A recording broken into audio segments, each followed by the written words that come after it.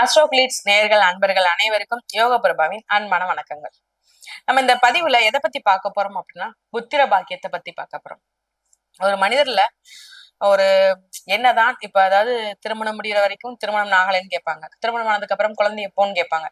இந்த கேள்வியை எல்லாருமே வாங்கியிருப்போம். இந்த கேள்வியை காதால வாங்கி மனதால நொந்து போய் நிறைய கஷ்டப்பட்டிருப்பாங்க. அப்படி இருக்கும்போது நம்ம என்னதான் வழிபாடு என்ன நம்ம மருத்துவமனையில போய் ட்ரீட்மெண்ட் எடுத்தாலும் ஏன் இது வருது, இந்த மாதிரி பாதிப்பு இருக்கு, புத்திரபாக்கியம் கிடைக்க மாட்டேங்குன்னு சொல்றவங்களுக்கும் சரி, எங்க ஜாதகத்துல என்னதான் பிரச்சனை, எதனால எங்களுக்கு இந்த புத்திரபாக்கியம் டிலே ஆகிக்கிட்டே போகுது, இது எப்பதான் சரியாகும் சொல்லி கேட்கிறவங்களுக்கு உங்களுடைய ஜாதகத்துல பாவகம் கிரகத்தின் அடிப்படையில எதனால பாதிப்பு, அந்த பாதிப்பு கண்டிப்பா சரியாயிருமா இல்லையா, என்ன வழிபாடு பண்ணா நாங்க இதுல இருந்து தப்பிக்க முடியும்னு சொல்லி கேட்கிற ஒவ்வொருத்தருக்காகவும் இந்த பதிவு ஃபுல்லா பாருங்க. நான் சொல்ற வழிபாடு நிச்சயமா பண்ணுங்க. அதன் பாதிப்புல இருந்து நீங்க மீண்டு வந்துடலாம். புத்திர பாக்கியம் நிச்சயமா உங்களுக்கு கிடைக்கும். முதல்ல பாத்தீங்கன்னா, குழந்தை பாக்கியத்துக்கு முக்கியமான ஒரு பாவகம்னா 5ஆம் பாவகத்தை சொல்லுவோம். இந்த 5ஆம் பாவகம் ஒரு நல்லா இருக்கிறாரு, நல்லா இருந்துச்சு அப்படின்னா உங்களுக்கு நிச்சயமா குழந்தை பிறக்கும். 5ஆம் பாவக அதிபதி நல்ல இடத்துல இருக்காரு, நல்ல சுபத்தன்மையோட இருக்காரு, சுப பார்வை பெற்றிருக்காரு அப்படின்னாலும் நிச்சயமா குழந்தை உறுதியான ஒரு நல்ல குழந்தை இருக்கும். குரு பகவான் தான் குழந்தைக்குரிய காரகர். குழந்தை பாக்கியத்தோட காரகர் யாருன்னா நம்ம குரு பகவான் தான். அதே குரு பகவான் 5ஆம் பாவகத்துல பார்த்தாரு அப்படின்னா உங்களுக்கு சூப்பர் சுபத்தன்மையோட இருப்பாரு. சுபக்கிரக இணைவு இருந்தாலும் சரி, உங்களுக்கு நிச்சயமா குழந்தைக்கு உண்டான ஒரு ஆசீர்வாதம் நிச்சயமா இருக்கு. குழந்தை புத்திர பாக்கியம் நிச்சயமா இருக்கு. இது குரு பகவான் 5ஆம் பாவத்துல இருக்காங்க, அல்லது பாவ கிரகத்தோட இணைவுல இருக்காங்க, நீசத்துல இருக்காங்க, மறைவு ஸ்தானத்துல இருக்காங்க அப்படின்னா என்ன ஆகும் அப்படின்னா, குழந்தை பாக்கியம் கொஞ்சம் தாமதப்படுத்துறதுக்கு உண்டான வாய்ப்பு இருக்கு. இதேதான் சூரிய பகவானுக்கும். சூரிய பகவானும் 5ஆம் பாவத்துல பாவ கிரகத்தோட இணைவுல இருக்காரு, மறைவு ஸ்தானத்துல இருக்காரு, நீச்ச ஸ்தானத்துல இருக்காரு அப்படின்னா அவங்களுக்கு நிச்சயமா கொஞ்சம் தாமதம் ஏற்படும். அதை நினைச்சு பயப்பட வேணாம், தாமதம் ஏற்படும், அவ்வளவுதான். ஆனா குழந்தைக்கு உண்டான வாய்ப்பு நிச்சயமா இருக்குது. அடுத்து சந்திரன் பாதிப்பு இருக்கிறவங்களுக்கு, அதாவது உங்க ஜாதகத்துல சந்திர பகவானின் பாதிப்பு இருந்தா ஹார்மோன் சம்பந்தப்பட்ட பிரச்சனைகள் இருக்கும். மருத்துவமனைக்கு போய் மருத்துவரை ஆலோசனை பண்றது ரொம்பவே இம்பார்ட்டன்ட். குழந்தைகளுக்கு உண்டான வாய்ப்பு கிடைக்கும்னா கண்டிப்பா நீங்க ஆலோசனை பண்ணுங்க. இன்னும் ரொம்ப முக்கியமான விஷயம், எமோஷனல் ஸ்ட்ரெஸ் உங்களுக்கு அதிகமாவே இருக்கும். ரொம்ப யாராவது ஒருத்தரை பத்தி பேசினாலே கண் கலங்கி அழுக ஆரம்பிச்சிருவாங்க, மனசளவுல ரொம்ப உடைஞ்சு போயிருப்பாங்க. அப்படி நீங்க அதுல இருந்து வெளியில வந்து அதுக்கு அடுத்து நீங்க ட்ரீட்மெண்ட் பார்த்தாதான் நிச்சயமா உங்களுக்கு அந்த வரம் நிச்சயமா கிடைக்கும். அடுத்து இது சந்திர பகவான் சூப்பரா இருக்காரு அப்படின்னு நினைச்சுக்கோங்களேன், குழந்தைக்கும் அந்த அம்மாக்குள்ள பாண்ட் ரொம்ப அருமையான ஒரு பாண்டா வரும். புத்திர பாக்கியம் ஈஸியா கிடைச்சிரும். குழந்தைக்கும் அம்மாக்குள்ள பாண்ட் ரொம்ப அருமையா இருக்கும். இதே ராகு பகவான் 5ஆம் பாவத்துல இருக்கும்போது அவங்களுக்கு ஒரு கன்ஃபியூஷன் இருக்கும். நம்ம இந்த டைம் குழந்தை பெத்துக்கலாமா, இல்ல கொஞ்சம் தாமதம் பண்ணிக்கலாமா அப்படிங்கிற ஒரு குழப்பத்திலே இருப்பாங்க.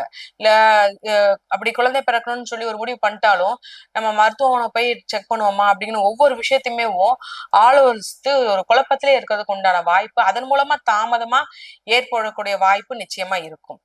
இது கேது பகவான் 5ல இருக்காரு அப்படின்னா பற்றற்ற தன்மையில இருப்பாங்க. குழந்தை உண்டாகணும் அப்படிங்கிற ஒரு எண்ணம் இல்லாம நம்ம நிம்மதியா சந்தோஷமா கொஞ்ச நாள் இருப்போம்.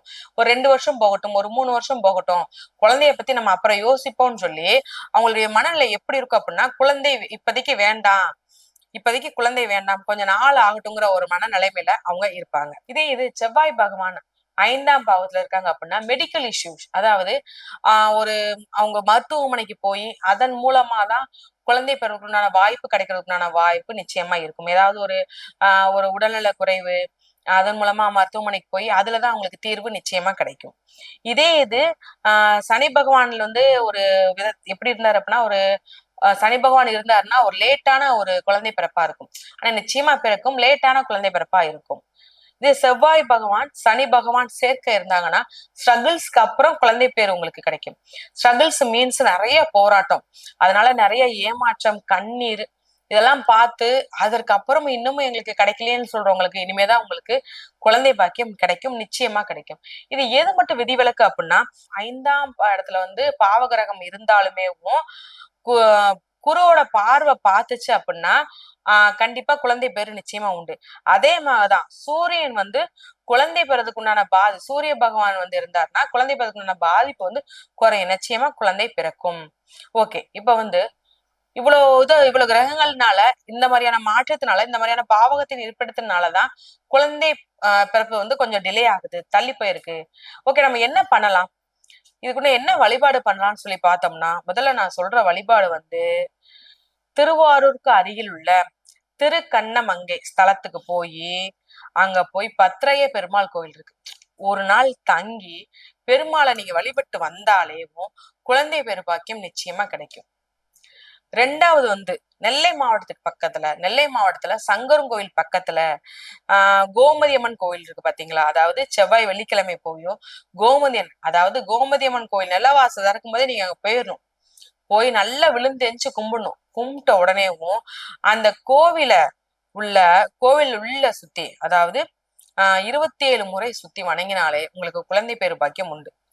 இன்னொரு முக்கியமான ஒரு வழிபாடு, இந்த வழிபாடு நம்மளுடைய அதாவது நம்மளுடைய அலுவலகத்துக்கு வந்து ஒருத்தர் ஜாதகம் பார்த்து அதன் மூலமா நம்ம இந்த வழிபாடு சொன்னோம்.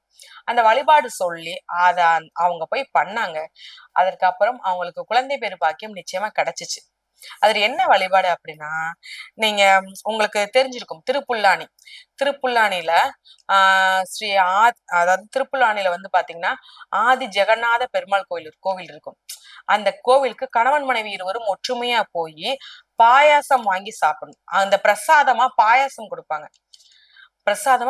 வாங்கி கொடுப்பாங்க. அந்த பிரசாதத்தை இவங்க சாப்பிட்டு கடவுளை மனதார வணங்கிட்டு வந்தாங்கன்னா நிச்சயமா இவங்களுக்கு குழந்தை பேரு பாக்கியம் உண்டு.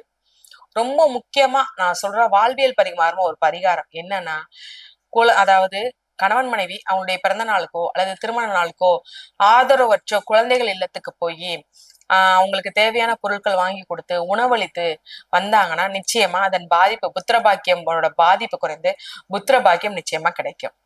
நன்றி, வணக்கம்.